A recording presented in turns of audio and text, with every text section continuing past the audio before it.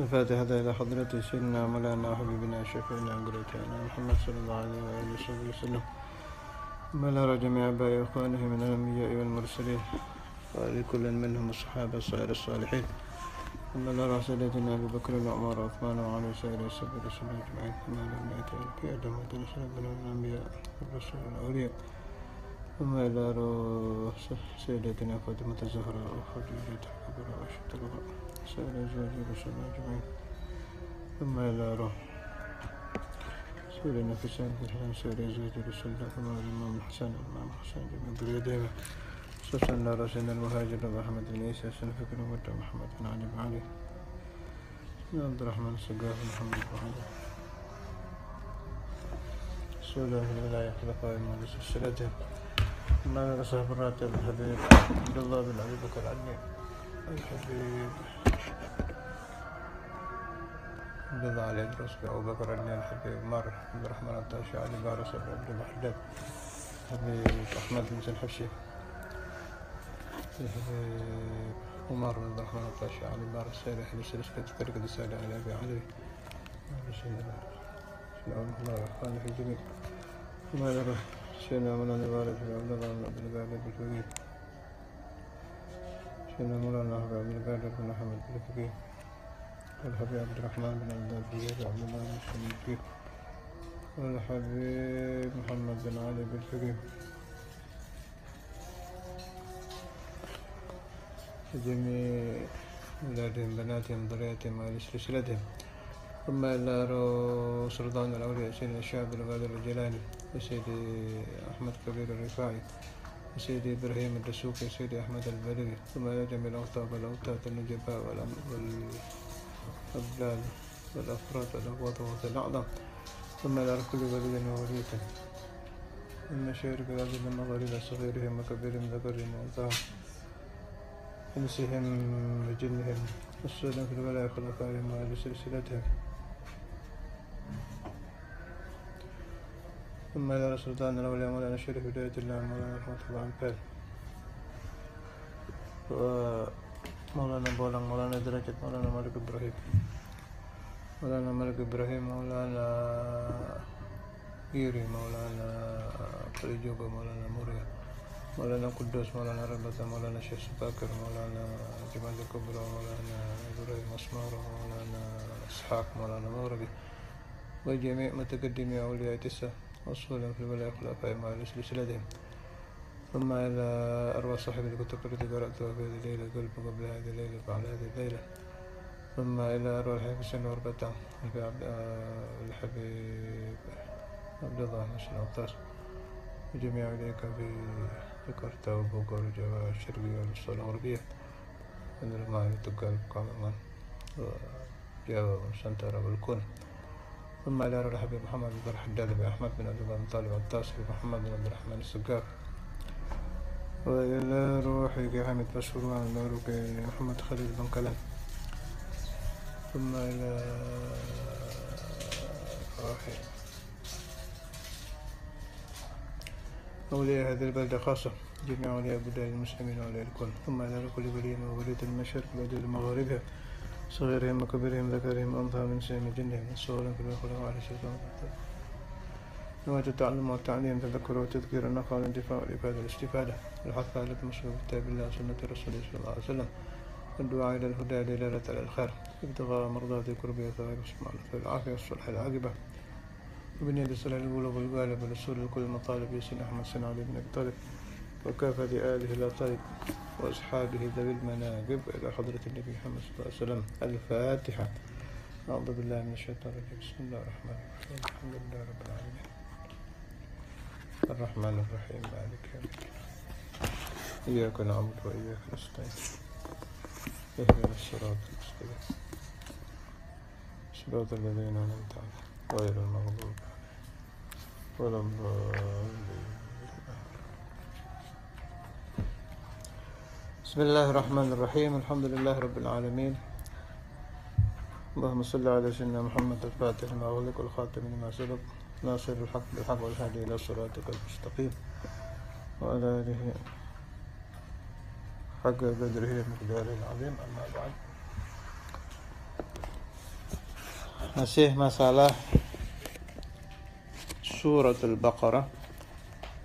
Kemarin diterangkan kalau suratul Baqarah atau surah yang disebut di dalamnya Hikayatul Baqarah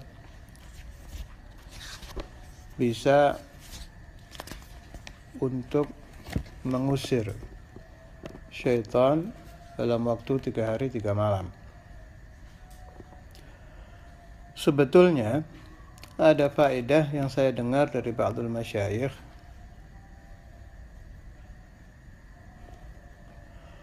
khudh minal Qur'an ma syi'ta lima syi'ta. Ambillah olehmu dari Al-Quran ayat apa saja untuk apa saja. Saya ulangi, khudh minal Qur'an ma syi'ta lima syi'ta. Ambil ayat Al-Quran apa saja untuk apa saja. Ya jelas, kalau ada warid hadis tentang suratul Baqarah, tentang ayatul kursi untuk mengusir makhluk-makhluk pengganggu baik jin atau syaitan, kita utamakan. Tapi sebenarnya Al-Quran apa saja untuk apa saja. Saya dapat juga keterangan dari ba'dul masyayikh, setiap satu harf, setiap satu huruf dari Al-Quran dijaga, atau bahasa ilmu hikmahnya itu ada khaddam alfu malakin karim, 1000 malaikat. Itu setiap satu huruf, bukan setiap satu ayat. Di sini untuk menguatkan kepercayaan kita, ada satu riwayat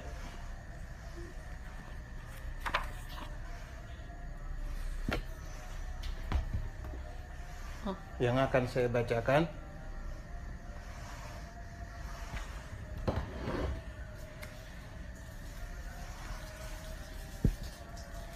Mafhumnya saja nanti yang saya artikan, sebab riwayatnya ini panjang. Ada kisah nyata yang dialami oleh satu negara, satu negeri, pada sekitar tahun 700-an.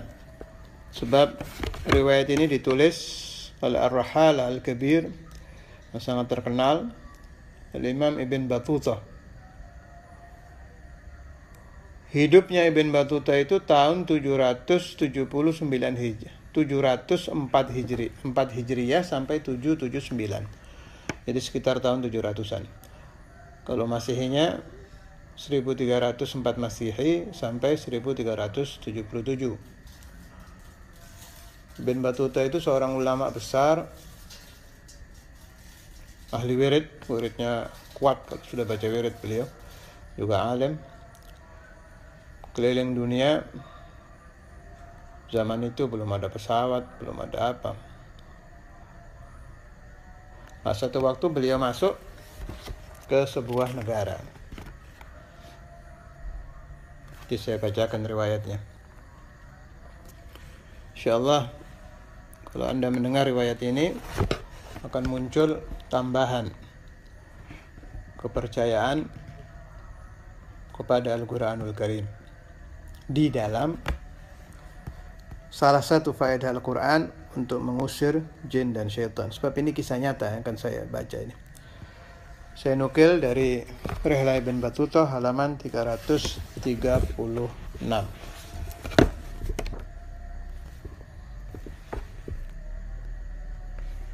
Cetakan Darussadir Beirut. Bismillahirrahmanirrahim. ذكر السبب في إسلام أهل هذه الجزائر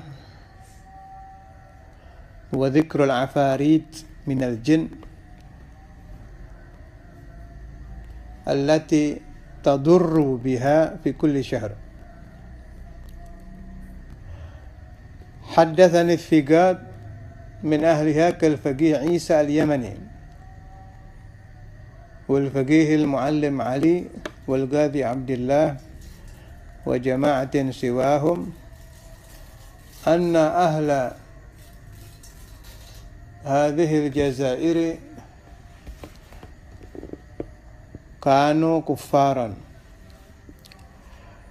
وكان يظهر لهم في كل شهر عفريت من الجن يأتي من ناحية البحر كأنه مركب مملوء بالقناديل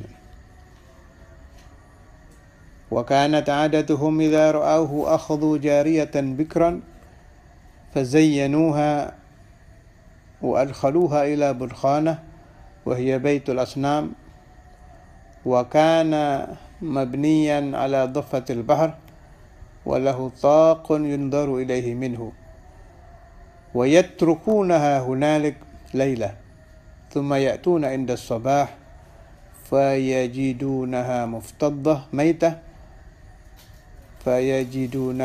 مفتضة ميتة ولا يزالون في كل شهر يقترعون بينهم فمن أصابته الجرأة أعطى بنته. Diriwayatkan dari para ulama di negeri tersebut, penduduk daerah negara itu baik raja atau rakyatnya semuanya asalnya kafir, menyembah berhala. Dan di negara itu ada kebiasaan setiap bulan, jadi ini negeri ini dikelilingi laut, banyak lautnya.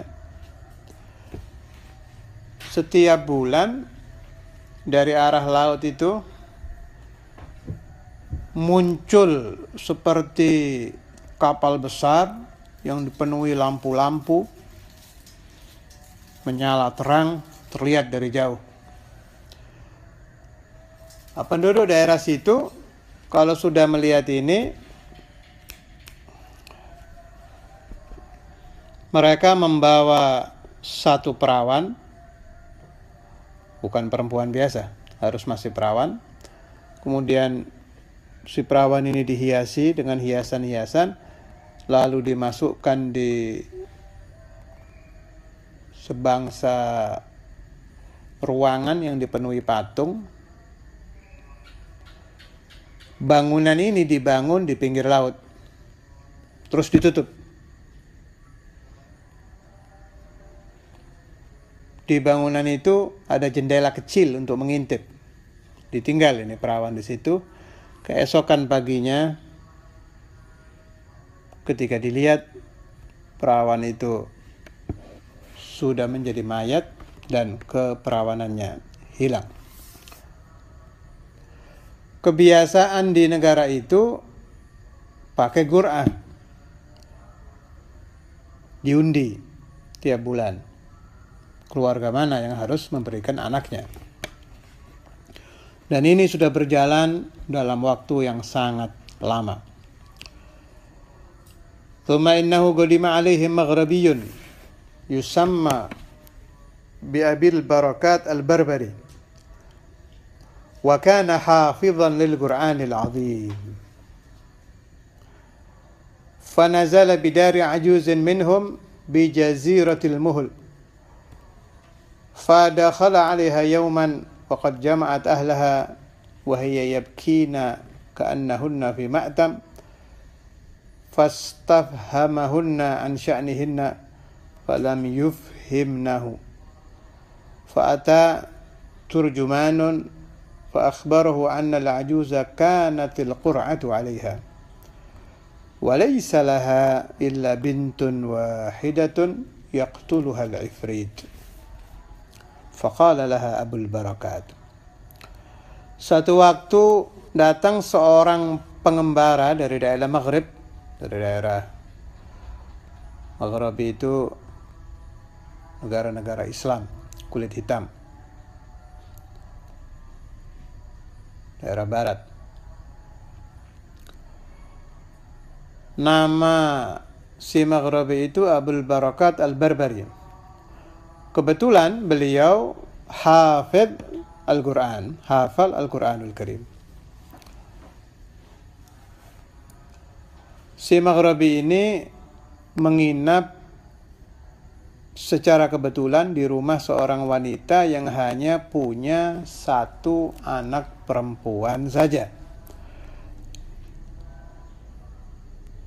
Kemudian dia melihat perempuan itu menangis bersama saudara-saudaranya, bersama keluarganya, dengan tangisan yang luar biasa seperti orang yang sedang menghadapi kematian.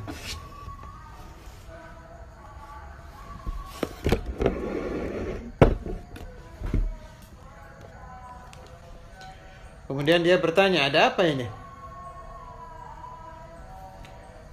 Keluarga wanita itu karena tidak bisa bahasa Arab sampai mendatangkan seorang penterjemah. Diberitahu oleh penterjemah ini, kebetulan si wanita ini kena giliran qur'ah, giliran undian menyerahkan anak perempuannya. Ya, pasti dalam pikiran keluarga itu pasti mati ini anak perempuan.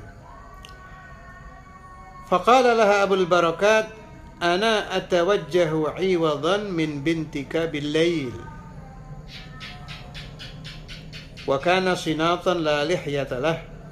Fahtamaluhu tilka al-lailah wa adkhaluhu ila budkhanah wa huwa mutawaddi'un wa aqama yatlu al-Qur'an. Kata si Maghribi ini, sudah jadikan saya gantinya. Kebetulan si orang Maghrib ini pemuda, tidak berjenggot dan tidak berkumis, jadi mirip perempuan. Masukkan saya ke tempat itu, saya menggantikan anak perempuan Anda. Kemudian Abul Barakat berwudu, masuk ke dalam Baitul Asnam, ke ruangan yang penuh dengan patung itu. Dia berdiri sepanjang malam sholat dan membaca Al-Quranul Karim karena dia hafidh Al-Quran.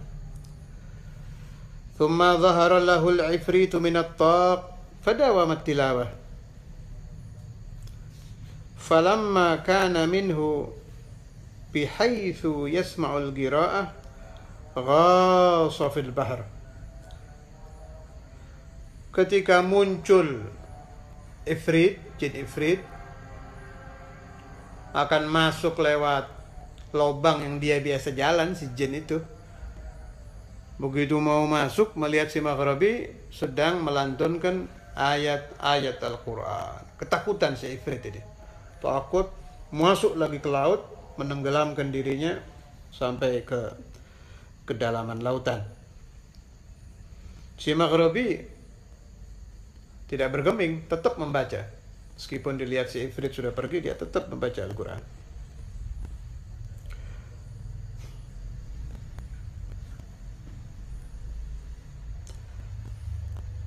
Wa asbaha al-Maghribi wa huwa yatlu ala halih. Sampai subuh si Maghribi tetap membaca Al-Quran. Faja'at al-ajuz wa ahluha wa ahlul jazirah liyastakhrijul binta ala adatihim fayuhriguha. Fawajadul Maghribiyya yatlu famadaw ila malikihim. Ketika pagi, orang-orang kampung datang ke tempat itu untuk mengeluarkan mayat perempuan yang akan dibakar. Terus bagaimana biasa, ternyata dilihat ada orang Maghrib tetap dalam keadaan sholat dan tetap melantunkan ayat-ayat suci Al-Quran dan badannya segar bugar. Akhirnya penduduk itu, karena ini kejadian menggemparkan, berbondong-bondong mereka mendatangi raja negara itu. Famadaw ila malikihim. Wa kana yusamma, si raja itu bernama Shanuraza. Wa a'lamuhu bi khabarih فعجب منه وأراد المغربي عليه الإسلام ورغبه فيه فقال له أقم عندنا إلى الشهر الآخر فإن فعلت كفعلك ونجوت من الإفريت أسلمت. Ketika si raja mendengar cerita kejadian itu, dia merasa takjub. Tengah-tengah raja sedang heran, seorang Maghrib mengajak raja tadi untuk memeluk agama Islam. Jawab si raja, kamu tetap di sini sampai bulan depan. Kalau bulan depan kamu tetap bisa mengusir Ifrit, saya akan masuk Islam. Fa aqama indahum wa syaraha Allahu sadra al-malik lil-Islam fa aslama qabla tamam asy-syahr wa aslama ahluhu wa auladuhu wa ahlu dawlatih. Ternyata Allah Ta'ala melapangkan dada si raja. Belum sampai 1 bulan, dia, keluarganya, dan seluruh rakyat kerajaan itu berbondong-bondong masuk ke agama Islam bi barakati qiraatil Qur'anil Karim, dari seorang hafizul Qur'an. Kita lanjutkan. Thumma humila al-Maghribi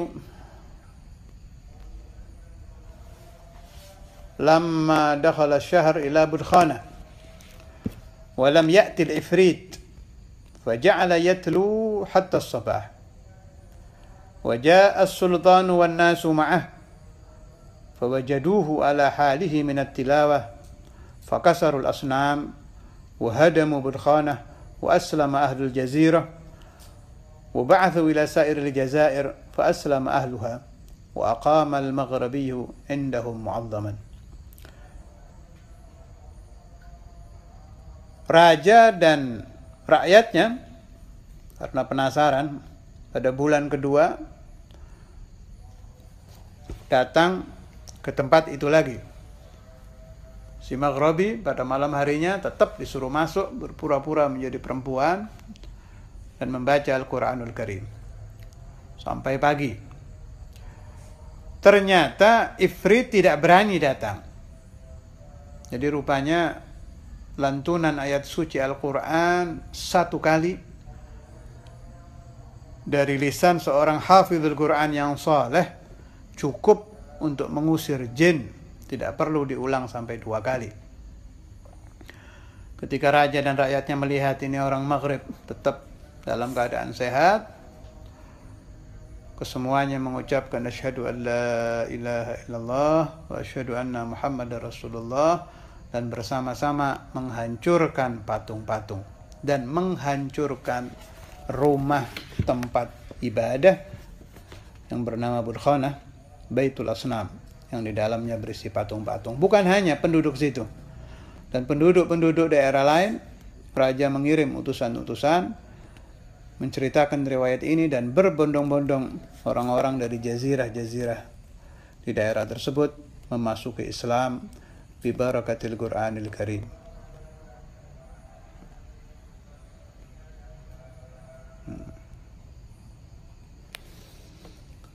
Menurut saya,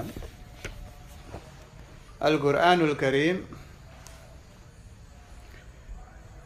kalau kita baca ternyata yang kita inginkan belum terwujud. Contoh, waliyadzubillah, umpama di satu rumah ada gangguan jin atau gangguan syaitan.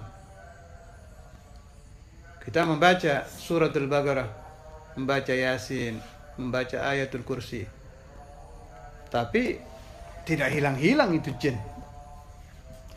Akan muncul di dalam hati satu, naudzubillah, suudzon kepada agama.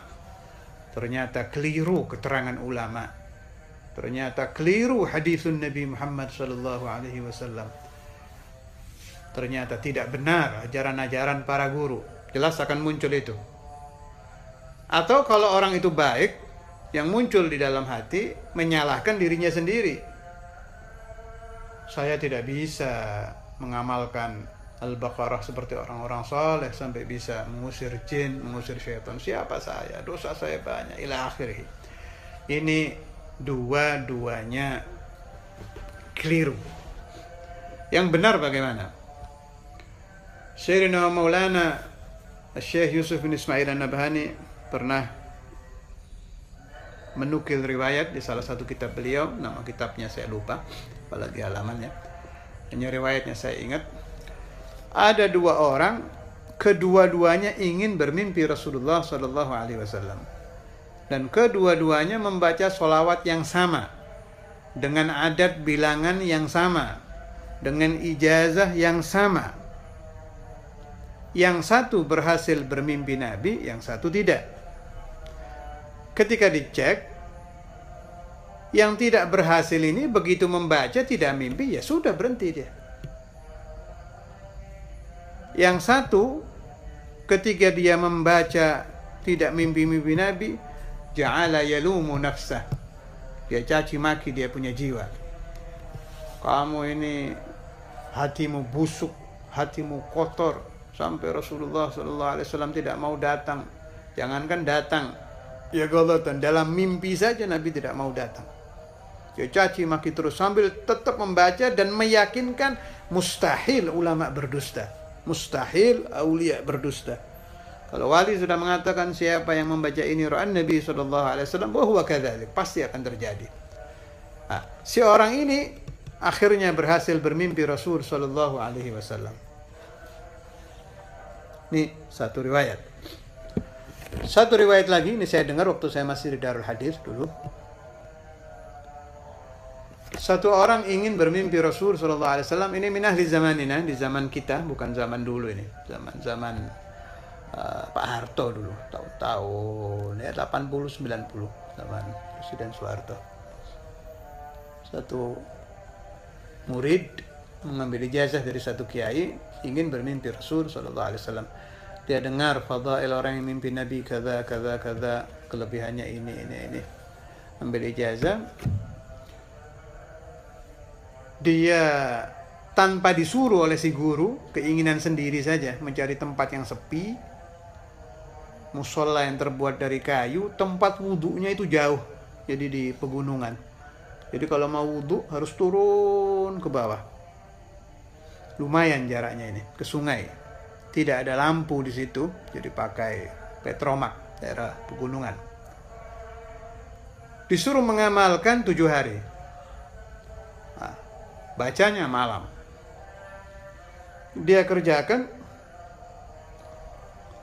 otomatis yujahidun nafas, melawan hawa nafsu. Tengah malam harus bangun, wudhunya harus ke sungai, ada jalan, ada gelap, khawatir ada ular, ada ini, tapi ditentang itu semua, tetap dilaksanakan.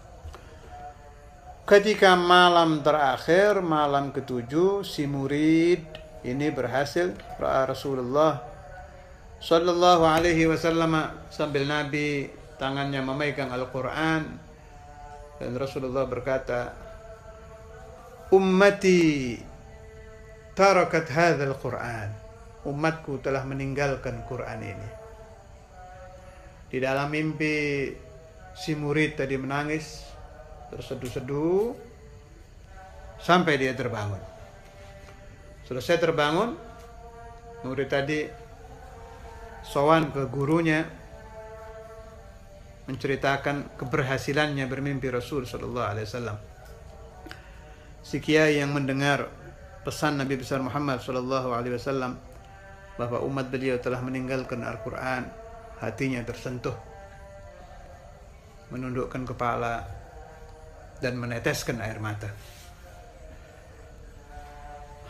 Selanjutnya, setelah lama ingin mimpi Nabi lagi nih si santri nih, si murid ini.